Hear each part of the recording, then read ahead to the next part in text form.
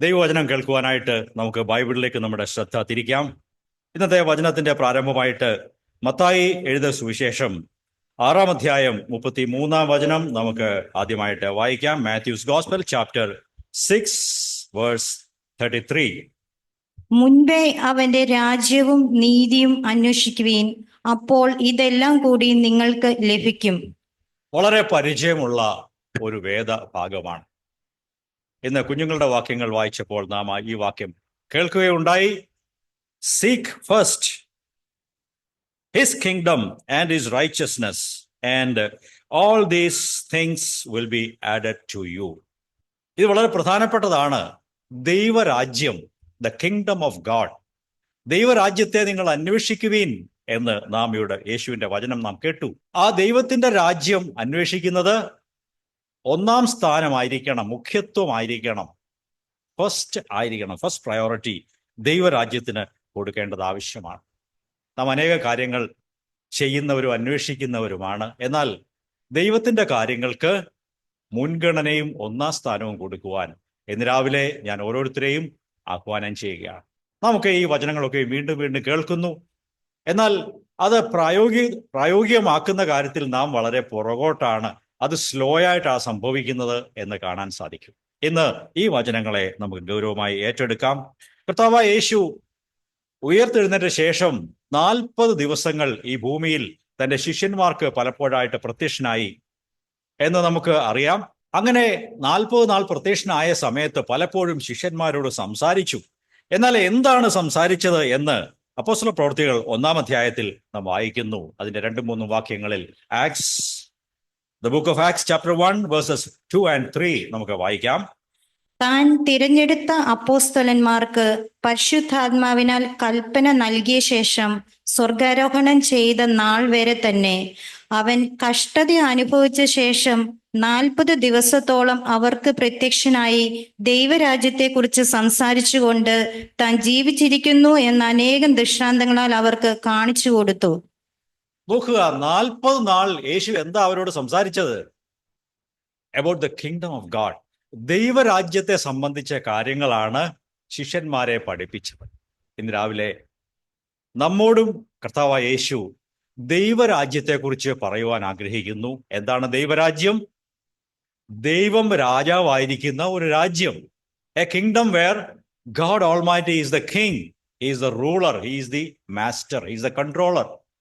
യേശു അധികാരം നടത്തുകയും ഇത് ചെയ്യ് അത് ചെയ്യരുത് എന്നൊക്കെയും ജനങ്ങളോട് നമ്മോട് പറയുന്ന ഒരു രാജ്യം. ആ രാജ്യത്തിലെ പ്രജകളായിരിക്കുവാൻ നമുക്ക് മനസ്സുണ്ടോ? Are we willing to listen to and to obey the commandments and the words of the Lord Jesus Christ? ദൈവരാജ്യം എന്ന് വെച്ചാൽ അത് മഹത്തായ ഒരു ആശയമാണ്. തിയോളജിയന്മാർക്ക്, ദൈവശാസ്ത്രജ്ഞന്മാർക്ക് സംസാരിക്കാൻ ഇഷ്ടമുള്ളൊരു വിഷയമാണ്. എന്നാൽ ഇഷ്ടമുള്ള വിഷയം എന്നതിനാൽ അതിനേക്കാൾ കവിഞ്ഞ് ദൈവരാജ്യം നമ്മുടെ ഓരോരുത്തരുടെയും ജീവിതത്തിൽ ഈ കാലങ്ങളിൽ യാഥാർത്ഥ്യമാകേണ്ടത് ഉണ്ട്. ദൈവം രാജാവായിരിക്കുന്ന അവസ്ഥ നിങ്ങൾക്കുണ്ടോ സഹോദര സഹോദരി? യേശു ആണോ നിങ്ങളുടെ രാജാവ്? അതോ നിങ്ങളുടെ സ്വയം, നിങ്ങൾ തന്നെയാണോ നിങ്ങളുടെ കാര്യങ്ങൾ നയിച്ച് തീരുമാനിച്ച് ഡ്രൈവ് ചെയ്ത് കൊണ്ടുപോകുന്നത്? യേശുവിന് ആ ഡ്രൈവിംഗ് സീറ്റ് കൊടുക്കണം. യേശു നിങ്ങളുടെ ജീവിതത്തിന്റെ ഡ്രൈവർ ആയിരിക്കട്ടെ. അവിടുന്ന് നിങ്ങളെ നിയന്ത്രിച്ച് നയിച്ച് ഡയറക്റ്റ് ചെയ്ത് കൊണ്ടുപോകട്ടെ. അതാണ് ഇന്ന് ഞാൻ പറയുവാൻ ആഗ്രഹിക്കുന്ന കാര്യം. Giving first place in your life to the Lord Jesus Christ. നിങ്ങളുടെയൊക്കെ ജീവിതത്തിൽ നാം ഓരോരുത്തരും കർത്താവായ യേശു ക്രിസ്തുവിന് നമ്മുടെ ജീവിതങ്ങളിൽ ഒന്നാം സ്ഥാനം കൊടുക്കണം എന്നാണ് ഞാൻ പറഞ്ഞതിന്റെ സാരം. ഇപ്പോൾ പലപ്പോഴും അങ്ങനെ ആയിരിക്കുകയില്ല. ചിലപ്പോൾ ഞായറാഴ്ച വന്ന് 3 മണിക്കൂർ ഇവിടെ ഇരുന്ന് വചനം കേൾക്കുമ്പോൾ നമുക്കൊരു ഫീലിംഗ് ഉണ്ടാകും, ഓ യേശുവാണ് എൻ്റെ രക്ഷകനും നാഥനും നായകനും എല്ലാം ഞാൻ കൊടുത്തിരിക്കുന്നു എന്നൊക്കെ പറയുമെങ്കിലും വീട്ടിൽ പോയി കഴിയുമ്പോൾ, ഇവിടുന്ന് മാറിക്കഴിയുമ്പോൾ പിന്നെയും നാം ഡ്രൈവർ സീറ്റിലേക്ക് കയറി ഇരുന്നാം നമ്മുടെ കാര്യങ്ങൾ നിയന്ത്രിച്ച് കൊണ്ടുപോകുന്ന ഒരു രീതിയല്ലേ കാണുന്നത്? ഇന്ന് അതിനൊരു മാറ്റം വരുവാനായിട്ട് ദൈവത്തോട് പ്രാർത്ഥിക്കാം. കർത്താവേ, ഞായറാഴ്ച 3 മണിക്കൂർ മാത്രം പോരാ, എൻ്റെ ലൈഫ് ടൈം മുഴുവനും അവിടുന്ന് എൻ്റെ രാജാവായി എന്നെ നിയന്ത്രിച്ച് നയിച്ച് കൊണ്ടുപോകുന്ന എൻ്റെ യജമാനനായിരിക്കണമേ. Be the master and the king in my life എന്ന് ഇന്ന് രാവിലെ നമുക്ക് കർത്താവിനോട് പറയാമോ? ദൈവം നമ്മിൽ നിന്ന് അത് ആഗ്രഹിക്കുന്നു. കുറെ വർഷങ്ങളായി എനിക്കൊരു പ്രശ്നം ഉണ്ടായിരുന്നു. ഇന്നലെയാണ് അത് സോൾവ് ചെയ്തത്. എന്താണെന്ന് അറിയാമോ? എനിക്ക് എൻ്റെ ബൈബിളിനെ കുറിച്ചൊരു കംപ്ലൈന്റ് ഉണ്ടായിരുന്നു. ഇതിന്റെ അച്ചടി തെളിഞ്ഞിട്ടില്ല, ഇതിന്റെ മഷി തീരെ ലൈറ്റാണ്, ഒന്നും ക്ലിയർ ആയിട്ടില്ല. ഈ ബൈബിളിനെ കുറിച്ച് ഞാൻ പലരോടും കംപ്ലൈന്റ് പറഞ്ഞിട്ടുണ്ട്. എൻ്റെ ബൈബിൾ ഒന്നും വ്യക്തമായിട്ട് കാണാൻ വയ്യ, അത് വളരെ ഡള്ളാണ്. ഈ കമ്പനി എന്താ ഇങ്ങനെ പ്രിന്റ് ചെയ്ത് വിട്ടത്? ഇങ്ങനെ 4-5 വർഷങ്ങളായി ഞാൻ പറയാറുണ്ട്. എന്നാൽ ഇന്നലെ അതിന് പരിഹാരമുണ്ടായി. ഇപ്പോൾ ഇതിന് നല്ല തെളിച്ചമുണ്ട്, നല്ല മഷിയാണ്, നല്ല ഡാർക്ക് ലെറ്റേഴ്സ് ആണ്. എന്താ വ്യത്യാസം എന്നറിയാമോ? എൻ്റെ കണ്ണ് പരിശോധിപ്പിച്ചു, ഇന്നലെ പുതിയ ലെൻസ് വെച്ചു ഫ്രെയിമില്. അപ്പോൾ എനിക്ക് വളരെ വ്യക്തമായിട്ട് എല്ലാം കൃത്യമായിട്ട് കാണാം. ബൈബിളിനെ കുറിച്ചുള്ള ആ കംപ്ലൈന്റ് മാറി. അച്ചടിച്ച കമ്പനിയെ കുറിച്ച് ഇനി എനിക്ക് കംപ്ലൈന്റ് ഒന്നും ഇല്ല. ഞാൻ പറഞ്ഞതിന്റെ അർത്ഥം, നമ്മുടെ ജീവിതത്തെ വ്യത്യാസപ്പെടുത്തുന്നത് നമ്മുടെ വിഷനാണ്. The way you look upon your life, the way you see your life. ശരിയായിരിക്കുന്ന ആത്മീയമായ ദർശനം ഉണ്ടെങ്കിൽ നിങ്ങളുടെ ആത്മീയ ജീവിതം അനുഗ്രഹമുള്ളതായിരിക്കും. മറ്റ് അനേകം പേരെ അനുഗ്രഹിക്കുവാൻ നിങ്ങൾക്ക് സാധിക്കും. നിങ്ങൾ എന്നോട് യോജിക്കുമോ? ദൈവമേ, എൻ്റെ കാഴ്ചയെ ഒന്ന് ശരിയാക്കി തരണമേ. Let me see things in your view point according to the perspective of God. ദൈവം കാണുന്നത് പോലെ കാര്യങ്ങളെ കാണാനും, ദൈവം ഈ ലോകത്തിലെ കാര്യങ്ങൾക്ക് കൊടുക്കുന്ന വില മാത്രം അതിന് കൊടുക്കുവാനും, പണത്തിനും ആരോഗ്യത്തിനും സൗന്ദര്യത്തിനും വിദ്യാഭ്യാസത്തിനും ജോലിക്കും നേട്ടങ്ങൾക്കും ഒക്കെ ദൈവം എത്രമാത്രം വില കൊടുക്കുന്നോ അത്രയും മാത്രം വില അതിന് കൊടുക്കാനും. പിന്നെ നാം ആദ്യം പറഞ്ഞ കാര്യം എന്താ? ദ കിങ്ഡം ഓഫ് ഗാഡ്, ദൈവരാജ്യത്തിന് അർഹിക്കുന്ന കൂടുതൽ വില അതിന് കൊടുക്കുവാനും ദൈവമേ എൻ്റെ കാഴ്ചപ്പാടുകളെ ഒന്ന് മാറ്റിത്തരണമേ. Change my vision, O Lord, change my vision. ഇന്ന് രാവിലെ പ്രാർത്ഥിക്കാമോ? നമ്മുടെ ആത്മീയ കണ്ണുകളെ തുറന്നു കിട്ടുമ്പോൾ ഈ ലോകത്തിലെ നേട്ടങ്ങളും കാര്യങ്ങളും അപ്പോസ്തലനായ പൗലോസ് പറഞ്ഞതുപോലെ ഇത് ചപ്പും ചവറും ഒക്കെ ആണെന്ന് കാണുവാൻ നമുക്ക് സാധിക്കും. ഇത് ചപ്പും കുപ്പയുമാണ്, വെറും വിലയില്ലാത്ത കാര്യങ്ങളാണ്. എന്നാൽ നിത്യമായ ഒരു രാജ്യവും ദൈവരാജ്യവും നമ്മുടെ മുൻപിലുണ്ട്. ആ രാജ്യത്തിന് വേണ്ടി നോക്കിക്കൊണ്ട് അധ്വാനിച്ച് ഓടി ദൈവത്തിന്റെ രാജ്യത്തിന് വേണ്ടി പ്രവർത്തിക്കുന്നവർക്കാണ് ദൈവരാജ്യത്തിൽ അനുഗ്രഹം ഉണ്ടാകാൻ പോകുന്നത്. ഞാൻ ദൈവത്തിന് സ്തോത്രം ചെയ്യുന്നു. ബൈബിളിലെ ഒരു വചനം കൂടെ ഞാൻ വായിച്ചു കേൾപ്പിക്കാം. അത് കൊലോസ്യരുടെ പുസ്തകം 1-ാം അധ്യായം 17-18 വാക്യങ്ങളാണ്. The book of Colossians chapter 1 versus 17 and 18. അവൻ സർവത്തിനും മീതെ ഉള്ളവനാകുന്നു, അവനാൽ സകലതും നിലനിൽക്കുന്നു. അവൻ സഭ എന്ന ശരീരത്തിന്റെ തലയും ആകുന്നു. സകലത്തിലും താൻ ആദ്യനാകേണ്ടതിന് അവൻ ആരംഭവും മരിച്ചവരുടെ ഇടയിൽ നിന്ന് ആദ്യജാതനും ആകുന്നു. ഇത് വളരെ പ്രധാനപ്പെട്ട ഒരു വേദഭാഗമാണ്. ഈ പാരഗ്രാഫ് മുഴുവനും ക്രിസ്തുവിന്റെ ഔന്നത്യം, ദ ഗ്രേറ്റ്നെസ് ഓഫ് ക്രൈസ്റ്റ് എന്നുള്ള വിഷയമാണ്. Christology, the supremacy of Christ. ക്രിസ്തു ആരാണ്, അവന്റെ വില എന്താണ്, അവൻ എത്ര വലിയവനാണെന്ന് കാണിക്കുന്ന ഒരു വേദഭാഗമാണ് 15 മുതൽ 20 വരെയുള്ള ഈ വേദഭാഗം. അവിടെ നാം വായിച്ച 2 വചനങ്ങളിൽ 17-ഉം 18-ഉം വാക്യങ്ങളിൽ അവൻ സകലത്തിനും മുമ്പേ ഉള്ളവൻ, he is before all things and in him all things hold together. പിന്നെ he is also the head of the body, അവൻ സഭയാകുന്ന ശരീരത്തിന്റെ തലയായിരിക്കുന്നു എന്ന് മാത്രമല്ല, and he is the beginning, the first born from the dead, so that he himself will come to have first place in everything. സകലത്തിലും താൻ മുൻപനായി തീരേണ്ടതിനാണ് പിതാവ് ക്രിസ്തുവിനെ ഇവിടെ നിയമിച്ചാക്കിയിരിക്കുന്നത്. he must have the pre-eminence, he must have the first place. ആ വചനം ഏറ്റെടുക്കാമോ? യേശുവേ, ഞാനിത് ആഗ്രഹിച്ച് പ്രാർത്ഥിക്കുന്നു. അവിടുന്ന് എൻ്റെ ജീവിതത്തിൽ മുൻപനായിരിക്കണമേ, അങ്ങേക്ക് മുഖ്യത്വം ഉണ്ടാകണമേ. അവിടുത്തേക്ക് എൻ്റെ ജീവിതത്തിൽ മുൻപൻ സ്ഥാനം, പ്ലേസ് നമ്പർ 1 എൻ്റെ ജീവിതത്തിൽ ഞാൻ വീണ്ടും തരുന്നു എന്ന് രാവിലെ ക്രിസ്തുവിന് ആ സ്ഥാനം കൊടുത്തുകൊണ്ട് പറയാമോ? അങ്ങനെയെങ്കിൽ നമ്മുടെ ജീവിതം അനുഗ്രഹമുള്ളതായിരിക്കും. ഞാൻ ആ ചോദ്യം വീണ്ടും ചോദിക്കട്ടെ. Is Jesus the king and ruler of your heart and your life?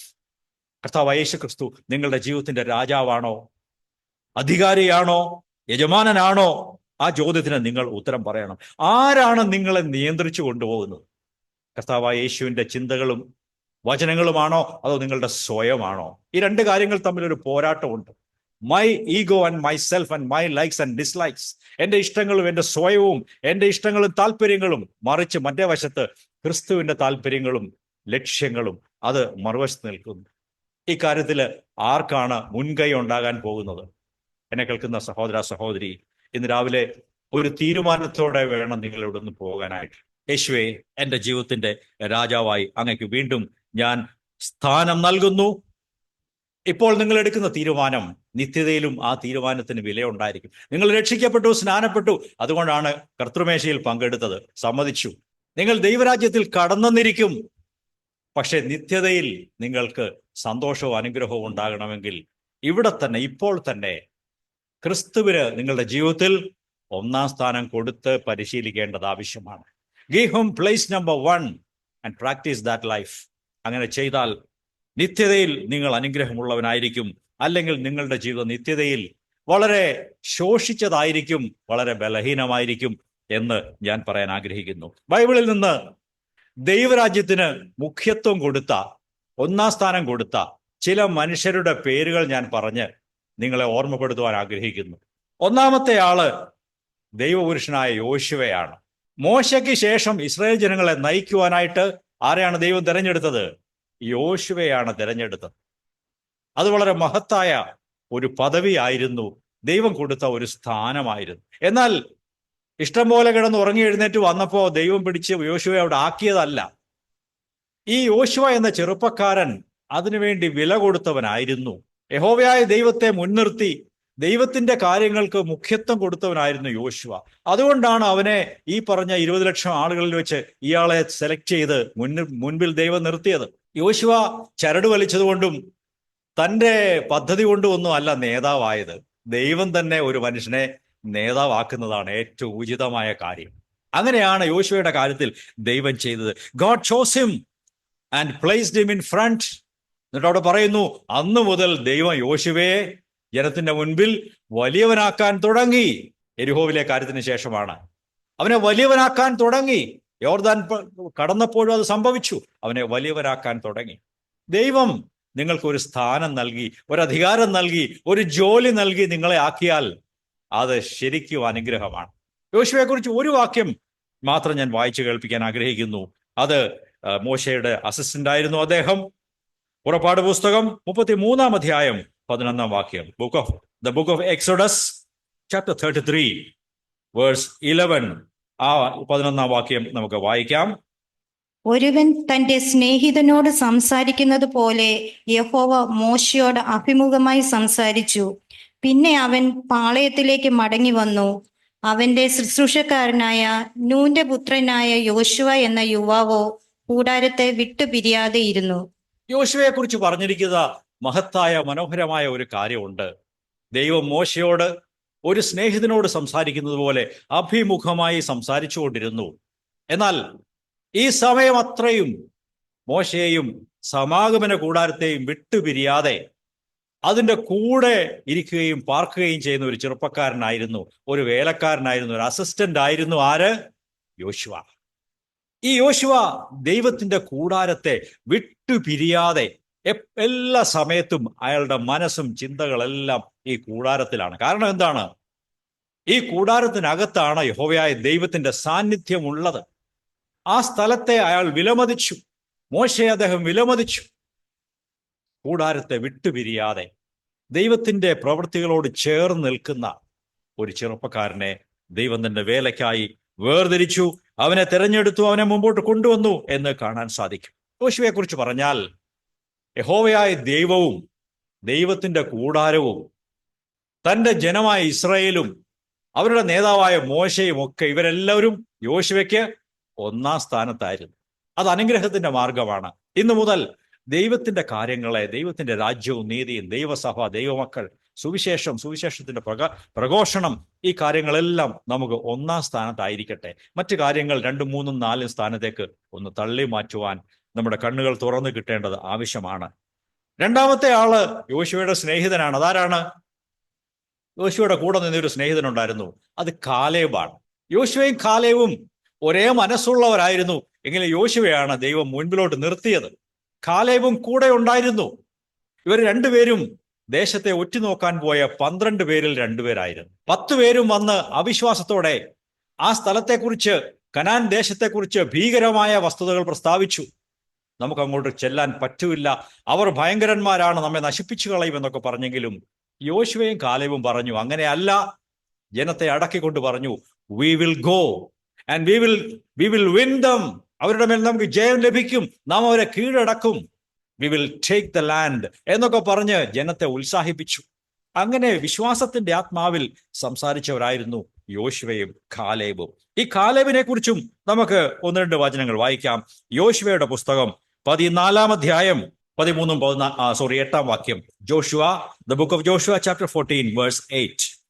എന്നോട് കൂടെ പോന്നിരുന്ന സഹോദരന്മാർ ജനത്തിന്റെ ഹൃദയം ഉരുക്കുവാൻ ഇടയാക്കി. ഞാനോ എന്റെ ദൈവമായ യഹോവയോട് പൂർണ്ണമായി പറ്റി നിന്നു. ഞാനോ എന്റെ ദൈവമായ യഹോവയോട് എന്ത് ചെയ്തു? പൂർണ്ണമായി പറ്റി നിന്നു. ഇതാണ് കാലേബിന്റെ സാക്ഷ്യം. ഞാന് ദൈവത്തിന്റെ വചനങ്ങളെ വിശ്വസിച്ചു, അവന്റെ ശക്തിയെ ഉറപ്പായി വിശ്വസിച്ചു, ഞാൻ പറ്റി നിന്നു. അതിന്റെ 13-14 വചനങ്ങളൂടെ വായിക്കാം. Versus 13 and 14. അപ്പോൾ യോശുവ അവനെ അനുഗ്രഹിച്ചു. ഹെബ്രോൻ മല യെഫുന്നെയുടെ മകനായ കാലേബിന് അവകാശമായി കൊടുത്തു. അങ്ങനെ ഹെബ്രോൻ ഇന്നുവരെ കെനിസ്യനായ യെഫുന്നെയുടെ മകൻ കാലേബിന് അവകാശമായി തീർന്നു. അവൻ ഇസ്രായേലിന്റെ ദൈവമായ യഹോവയെ പൂർണ്ണമായി പറ്റി നിന്നതുകൊണ്ട് തന്നെ. നോക്കുക, യഹോവയെ പൂർണ്ണമായി പറ്റി നിന്നതുകൊണ്ട് യോശുവ കാലേബിനൊടുവിൽ ഒരു അനുഗ്രഹമായ സ്ഥലം അനുവദിച്ചു കൊടുത്തു. അത് ഭൗതികമായ ഒരു നേട്ടമായിരുന്നു അന്ന്. എന്നാൽ ഇന്ന് നമുക്ക് 1 ഏക്കർ സ്ഥലമൊന്നും തരുന്നതൊന്നും അല്ല. ദൈവം നമുക്ക് ആത്മീയമായ സ്വത്തും നിക്ഷേപവുമാണ് തരാൻ ആഗ്രഹിക്കുന്നത്. Spiritual riches God is going to give us. എന്നാൽ നാം കാലേബിനെ പോലെ 2 പ്രാവശ്യം പറഞ്ഞിട്ടുണ്ട്, അവൻ തന്റെ ദൈവമായ യഹോവയോട് മുറുകെ പിടിച്ച് പറ്റി നിന്നു, ചേർന്ന് നിന്നു. പ്രിയപ്പെട്ടവരെ, നമ്മുടെ ഹൃദയങ്ങളും മനസ്സുകളും ദൈവത്തിന്റെ കാര്യങ്ങളിൽ ചേർന്ന് നിൽക്കണം. ദൈവത്തിന്റെ പ്രവൃത്തികളെ സപ്പോർട്ട് ചെയ്തുകൊണ്ട് നമ്മുടെ ആയുഷ്കാലം നാം ചെലവഴിച്ചാൽ നാം അനുഗ്രഹീതരാണ്. ഇതുപോലെ ഒരു സ്ത്രീയെക്കുറിച്ച് നാം പഠിക്കുകയുണ്ടായി. അത് റൂത്താണ്. റൂത്തിനെ കുറിച്ച് ഇന്നിവിടെ കേൾക്കുകയുണ്ടായല്ലോ. റൂത്ത് എന്ത് ചെയ്തു? അമ്മാവിയമ്മയോട് പറ്റി നിന്നു എന്നൊരു വചനം മലയാളം ബൈബിളിലുണ്ട്. റൂത്ത് അമ്മാവിയമ്മയോടും അവളുടെ ദൈവത്തോടും അവരുടെ ജനങ്ങളോടും കൂടെ പറ്റിച്ചേർന്ന് നിന്നു.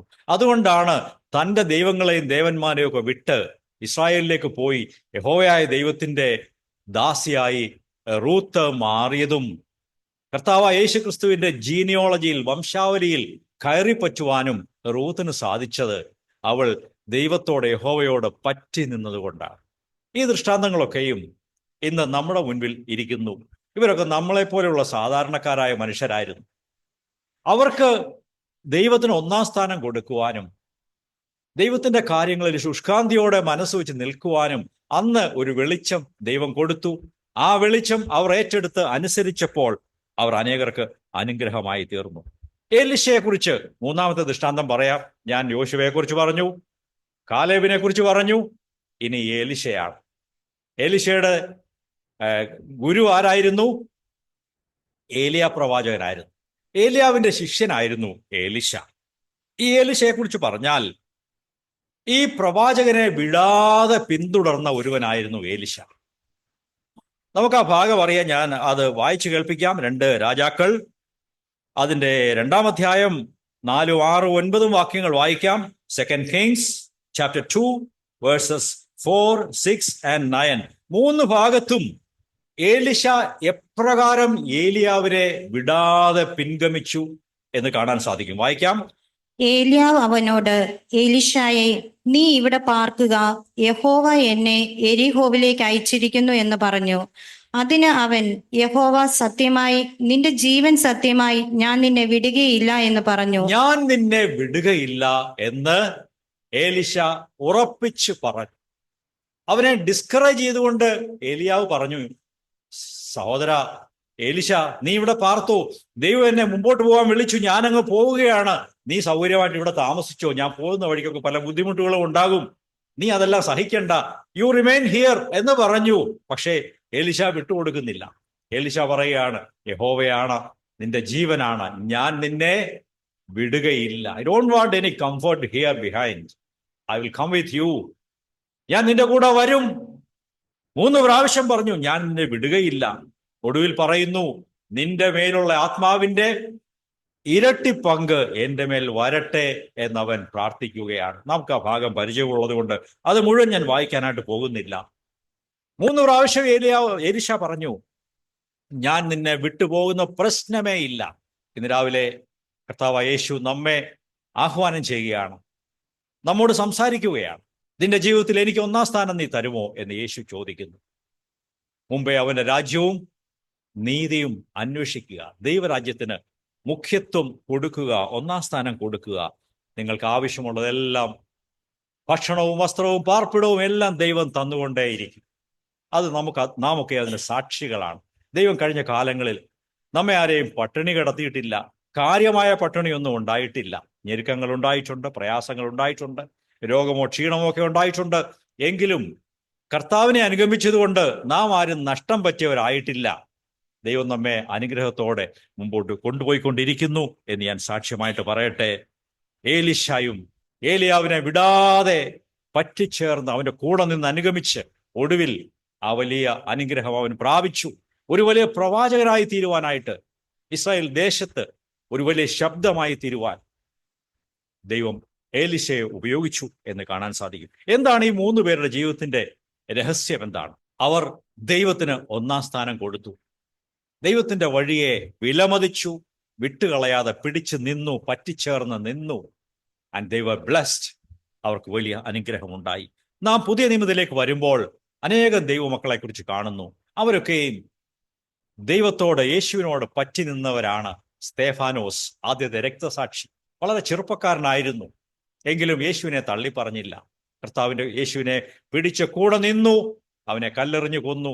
എങ്കിലും ക്രിസ്തുവിന്റെ സ്വഭാവം അവൻ പ്രകടിപ്പിച്ചു. നമുക്ക് ആ കാര്യങ്ങൾ പരിചയമുണ്ടല്ലോ.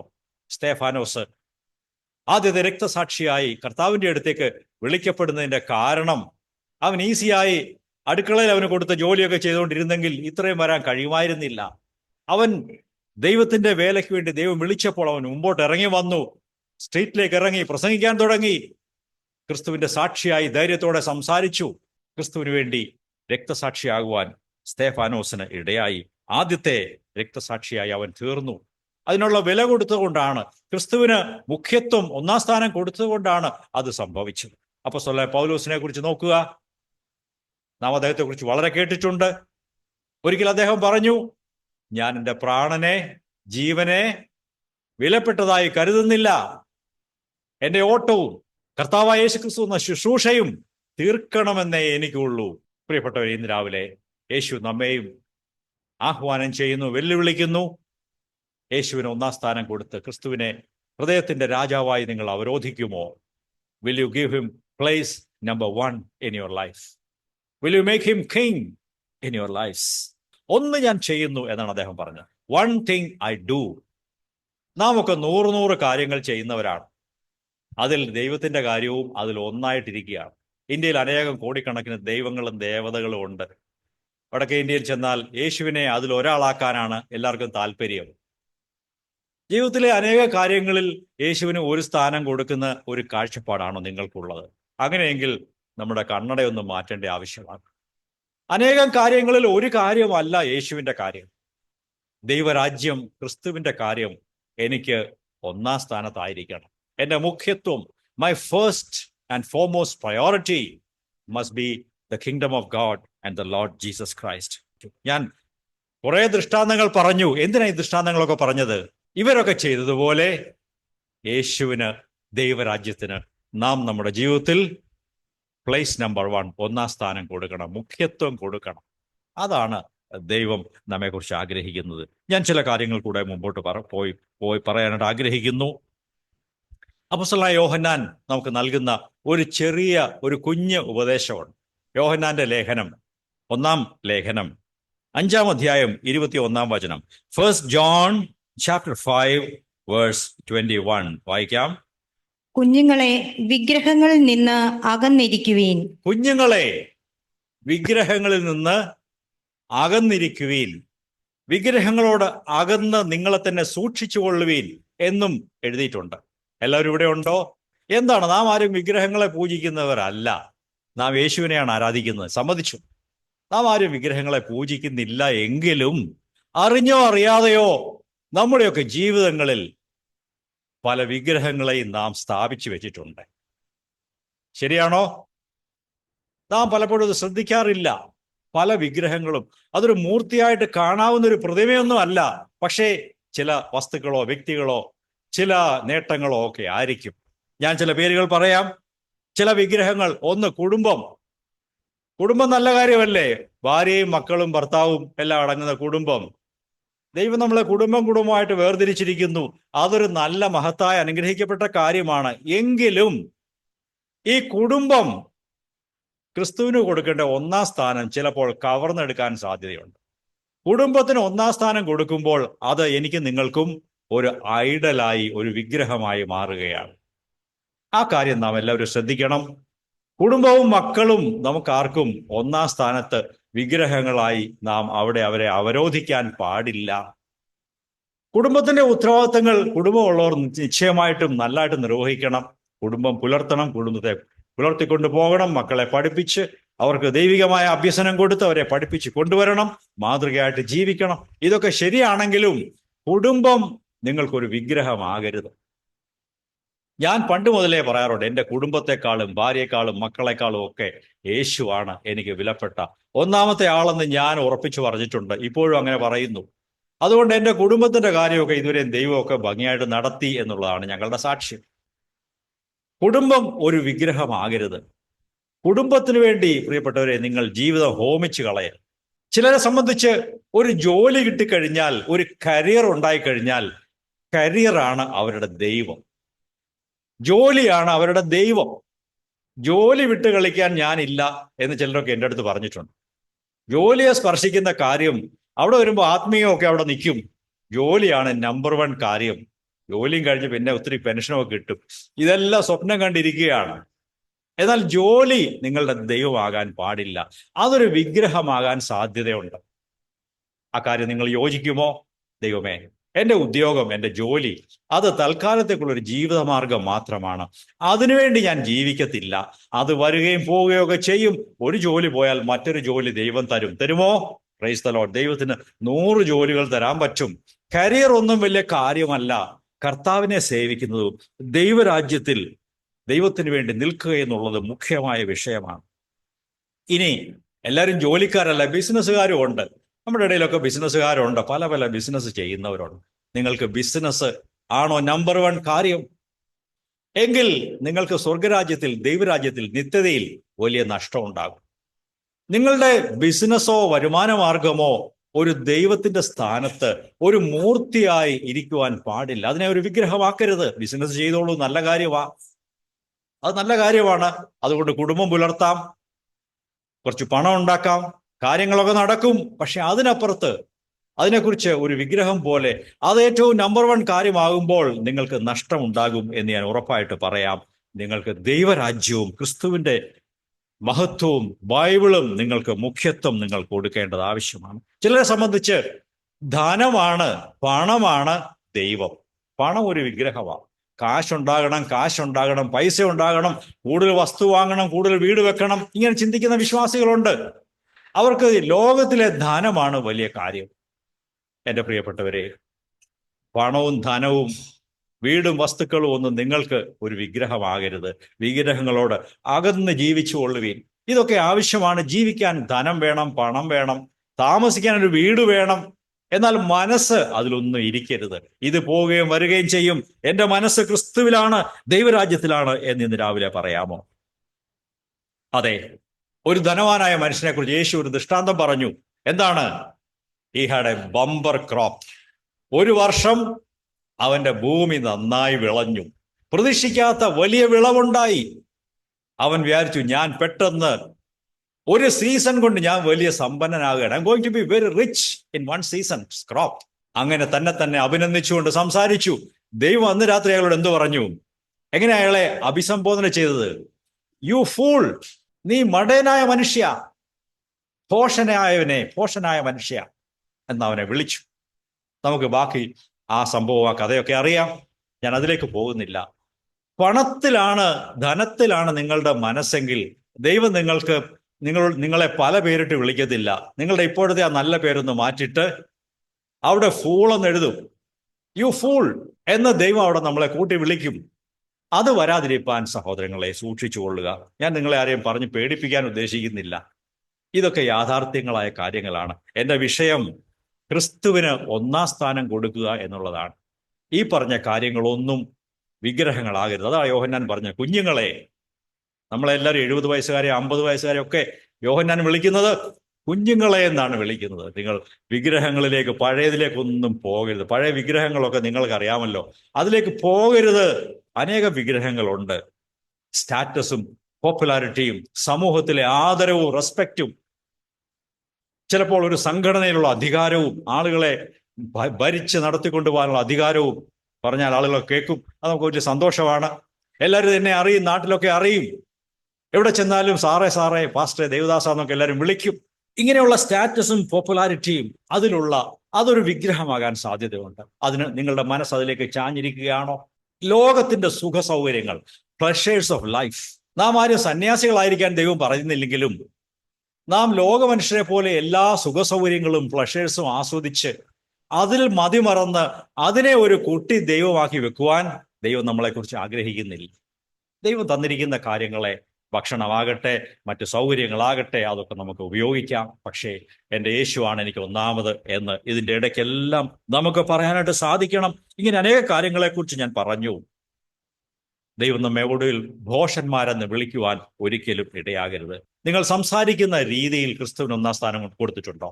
ദ വേ യു സ്പീക്ക് വളരെ ഹാർഷായി, മറ്റുള്ളവരെ പരിഹസിച്ച്, കുറ്റം പറഞ്ഞ്, ഭീഷണിപ്പെടുത്തി, ഭയപ്പെടുത്തിയാണോ നിങ്ങൾ സംസാരിക്കുന്നത്? ചിലരുടെ സംസാര രീതി അങ്ങനെയാണ്. വളരെ ഹാർഷായി, കഠിനമായിട്ടാണ് സംസാരിക്കുന്നത്. മറ്റുള്ളവരോട് അലിവോടും കരുണയോടും, യേശു പറഞ്ഞതുപോലെ കൃപയോടുകൂടിയ ലാവണ്യവാക്കുകൾ, അതെ ലാവണ്യവാക്കുകൾ, യേശുവിൻ്റെ ആ ഗ്രേഷ്യസ് വേർഡ്സ്, നമുക്കും പങ്കാളികളാകുവാൻ സാധിക്കും. നമ്മുടെ വാക്കുകൾ ക്രിസ്തുവിന് ഒന്നാം സ്ഥാനം കൊടുക്കുന്നതാണോ? ദൈവമേ, എൻ്റെ വാക്കുകളെ ഒന്ന് മാറ്റിത്തരണമേ. മറ്റുള്ളവരോട് കരുണയോടെ സംസാരിക്കുവാൻ എന്നെ പഠിപ്പിക്കണമേ. നമ്മുടെ ചിന്തകൾ എവിടെ ഇരിക്കുന്നു? എങ്ങനെ ഇരിക്കുന്നു? നാം മറ്റുള്ള ആർക്കും കാണാൻ കഴിയാത്ത കാര്യങ്ങളാണ് നമ്മുടെ ചിന്താമണ്ഡലം. Our thought life is hidden from all people. Others cannot see it. നമ്മുടെ ചിന്താമണ്ഡലം വൃത്തികെട്ടതും മോശവും ദുഷ്ടത നിറഞ്ഞതും സ്വാർത്ഥതയുള്ളതുമാണോ? ഞായറാഴ്ച നിങ്ങൾ 3 മണിക്കൂറോടെ വന്നിരിക്കുമ്പോൾ എല്ലാവരും പുഞ്ചിച്ച് സന്തോഷമായിട്ട് വരുമ്പോൾ ഞങ്ങൾക്ക് ആർക്കും മനസ്സിലാകത്തില്ല നിങ്ങളുടെ ചിന്തകൾ എങ്ങനെയിരിക്കും. Is it nice thoughts, clean thoughts? അത് കർത്താവേ, എൻ്റെ ചിന്തകൾ, അതിൽ കൂടെ അങ്ങേക്ക് ഒന്നാം സ്ഥാനം കിട്ടിയിട്ടില്ല. അവിടത്തേക്ക് താഴ്ന്ന ഒരു സ്ഥാനമേ ഉള്ളൂ. എൻ്റെ ചിന്തകൾ ക്രിസ്തുവിൻ്റേതുപോലെ അല്ല എന്ന് സമ്മതിക്കാൻ പറ്റുമോ? ഇന്ന് രാവിലെ നമ്മുടെ ചിന്തകളെക്കുറിച്ച് ഒരു നിമിഷം ചിന്തിക്കാം. കർത്താവേ, അങ്ങേക്ക് ഒന്നാം സ്ഥാനം കൊടുക്കുന്ന ചിന്തകൾ എനിക്ക് വേണം. തരം താണ മോശമായ ചിന്തകളെ ഞാൻ യേശുവിൻ്റെ നാമത്തിൽ തള്ളി പറയുന്നു എന്ന് പറഞ്ഞുകൊണ്ട് ക്രിസ്തുവിന് ഒന്നാം സ്ഥാനം കൊടുക്കുവാനായിട്ട് നമുക്ക് ആഗ്രഹിക്കാം. നമ്മുടെ സമയം എങ്ങനെ ചെലവഴിക്കുന്നു? ക്രിസ്തുവിന് ഒന്നാം സ്ഥാനം കൊടുക്കുന്നതാണോ നമ്മുടെ സമയത്തിൻ്റെ ചെലവഴിക്കുന്ന രീതി? സ്മാർട്ട് ഫോണുകളും കമ്പ്യൂട്ടറുകളും ഒക്കെ നമുക്കുണ്ട്. പലരും ഫേസ്ബുക്കും ഫേസ് ടൈമും ഒക്കെ ഉപയോഗിക്കുന്നവരാണ്. നമ്മുടെ ഇടയിൽ വളരെ കുറച്ചുപേരെ അത് ചെയ്യുന്നുള്ളതെന്ന് എനിക്കറിയാം. എങ്കിലും പല സഹോദരങ്ങളെ എനിക്കറിയാം, വിശ്വാസികളായ പലരും അവരുടെ ജീവിതം തന്നെ ഫേസ്ബുക്കിലാണ്. രാവിലെ ഒരു പടം, ഉച്ചയ്ക്ക് ഒരു പടം, വേറൊരു പ്രൊഫൈല്, ഇങ്ങനെ പടം മാറ്റി മാറ്റിയിട്ട് ഇടത്തോട്ട് നോക്കിച്ചിരിക്കുന്നു, വലത്തോട്ട് നോക്കിച്ചിരിക്കുന്നു. ഇങ്ങനെ പടങ്ങൾ മാറ്റി മാറ്റി ഇട്ടുകൊണ്ട് ഫേസ്ബുക്കിൽ ആസ്വദിക്കുന്ന വിശ്വാസികളുണ്ട്. ഞാൻ ഇടയ്ക്കിടയ്ക്ക് ഫേസ്ബുക്ക് നോക്കാറുണ്ട്. ഇപ്പോൾ ഒരു വർഷം കൊണ്ട് ഈ വീഡിയോസൊക്കെ പോസ്റ്റ് ചെയ്യുന്നതുകൊണ്ട് അത് കാണാറുണ്ട്. എന്നാൽ നമ്മുടെ ഈ തിരുവനന്തപുരത്തൊക്കെ ഉള്ള പലരെയും കാണാം, രാവിലെയും വൈകിട്ടും ഒക്കെ ഒരു ഫോട്ടോ മാറ്റിയിട്ടുകൊണ്ടിരിക്കുക. ദൈവദാസൻ പ്രസംഗിക്കുന്നവരൊക്കെയാണ്, പക്ഷെ ഇങ്ങനെ മാറ്റിയിട്ടുകൊണ്ടിരിക്കുകയാണ്. ക്രിസ്തുവിനല്ല, ഫേസ്ബുക്കിനും അതിൽ കൂടെ കിട്ടുന്ന പോപ്പുലാരിറ്റിക്കും ഫേസിനുമാണ് അവർക്ക് പ്രാധാന്യം. ദൈവമേ, എൻ്റെ സമയം മൊബൈൽ ഫോണിന് അതിൻ്റെ അടിമത്തത്തിൽ കൊടുത്തതിനോട് ക്ഷമിക്കണമേ എന്ന് പറയാം. ഞാനും എന്നെ പരിശോധിക്കുന്ന ഒരു കൂട്ടത്തിലാണത്. ഞാൻ മൊബൈൽ ഫോൺ ഉപയോഗിക്കാറുണ്ട്. ഈയിടെയായിട്ട് പല കാര്യങ്ങളും അതിൽ കൂടെ നോക്കുകയും കാണുകയും അതിൽ പോസ്റ്റ് ചെയ്യുകയൊക്കെ ചെയ്യുന്നതുകൊണ്ട് കൂടുതൽ സമയം അതിൽ വരുന്നുണ്ട്. എങ്കിലും എനിക്കൊരു കുറ്റബോധവും ഉണ്ട്. ആവശ്യത്തിലധികം സമയം ഞാൻ ഇതിന് കൊടുക്കുന്നുണ്ടോ എന്ന് ഞാൻ ചിന്തിക്കുന്നുണ്ട്. നാം ഒക്കെയും പരിശോധിക്കേണ്ടത് ആവശ്യമാണ്. കർത്താവിന് ഒന്നാം സ്ഥാനം കൊടുക്കണം. ഇന്റർനെറ്റിനും സോഷ്യൽ മീഡിയയ്ക്കും അല്ല ഒന്നാം സ്ഥാനം കൊടുക്കേണ്ടത്. ഈ കാര്യങ്ങളൊക്കെ നാം ശരിയായിട്ടല്ല ചെയ്യുന്നതെങ്കിൽ ഇപ്പോൾ ഇന്ന് രാവിലെ കർത്താവിനോട് നമ്മുടെ കുറവുകളെ ഏറ്റുപറഞ്ഞ് ക്ഷമ ചോദിച്ച് പ്രാർത്ഥിക്കാം. യേശുവേ, എന്നോട് ക്ഷമിക്കണമേ, ഞാൻ ഈ പല മേഖലകളിലും തെറ്റിപ്പോയിട്ടുണ്ട്. എൻ്റെ പ്രയോറിറ്റീസ് തെറ്റിപ്പോയി, എൻ്റെ മുൻഗണനകൾ തെറ്റിപ്പോയിട്ടുണ്ട്, എന്നോട് ക്ഷമിക്കണമേ. ഞാൻ തിരുത്തുവാൻ ആഗ്രഹിക്കുന്നു. അങ്ങേക്ക് ഒന്നാം സ്ഥാനം കൊടുക്കുവാൻ ആഗ്രഹിക്കുന്നു. എൻ്റെ സമയം പാഴാക്കാതിരിക്കാൻ എന്നെ സഹായിക്കണമേ. ഒടുവിലായി ഒരു വചനം കൂടെ വായിച്ച് ഞാൻ ഈ ചിന്ത അവസാനിപ്പിക്കാം. അത് ഇന്ന് മുതൽ ഒരു പുതിയ തുടക്കമിടാനായിട്ടുള്ള ആഹ്വാനമാണ്. ഹഗ്ഗായിയുടെ പുസ്തകം 2-ാം അധ്യായം 18-ഉം 19-ഉം വാക്യങ്ങളാണ്. The book of Haggai, chapter 2 versus 18 and 19. നിങ്ങൾ ഇന്നു മുതൽ മുന്നോട്ട് ദൃഷ്ടി വെക്കുവീൻ. ഇന്നു മുതൽ മുമ്പോട്ട് നിങ്ങൾ നോക്കുവീൻ. അതാണ് പറഞ്ഞതിന്റെ അർത്ഥം. Look ahead from today, from this time. പിന്നെ 9-ാം മാസം 24-ാം തീയതി മുതൽ യഹോവയുടെ മന്ദിരത്തിന് അടിസ്ഥാനമിട്ട ദിവസം മുതലുള്ള കാലത്തിൽ തന്നെ ദൃഷ്ടി വെക്കുവീൻ.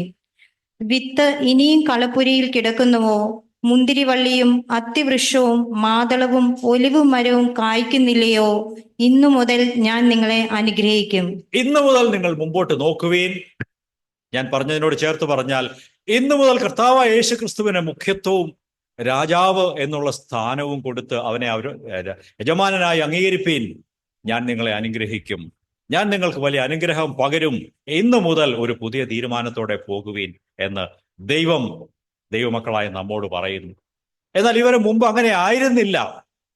അതേ പുസ്തകത്തിന്റെ 1-ാം അധ്യായം 7-ാം വാക്യം വായിക്കാം, 9-ാം വാക്യവും വായിക്കാം. Chapter 1 versus 7 and verse 9.